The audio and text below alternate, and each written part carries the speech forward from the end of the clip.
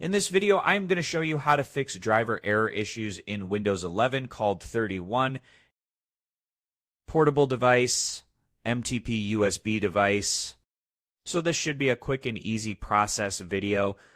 So now without further ado, let's go ahead and jump straight into it.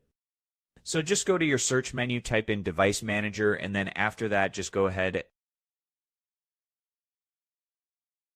click on Open, as you can see at the right side,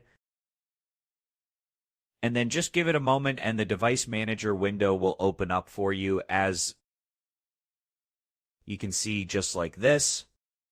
And then just go ahead, plug your USB with the phone you want to use. So after you plug it, mine is working correctly, but if yours don't work correctly, you can go ahead here to Portable Devices, right-click on the USB device you have, as you can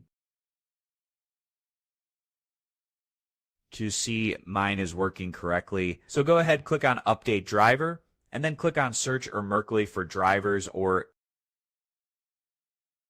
you can browse.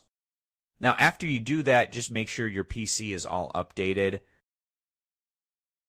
If it's not, it's going to redirect you to update your computer. As you can see, if you have any updates or driver updates, you should install them just like this.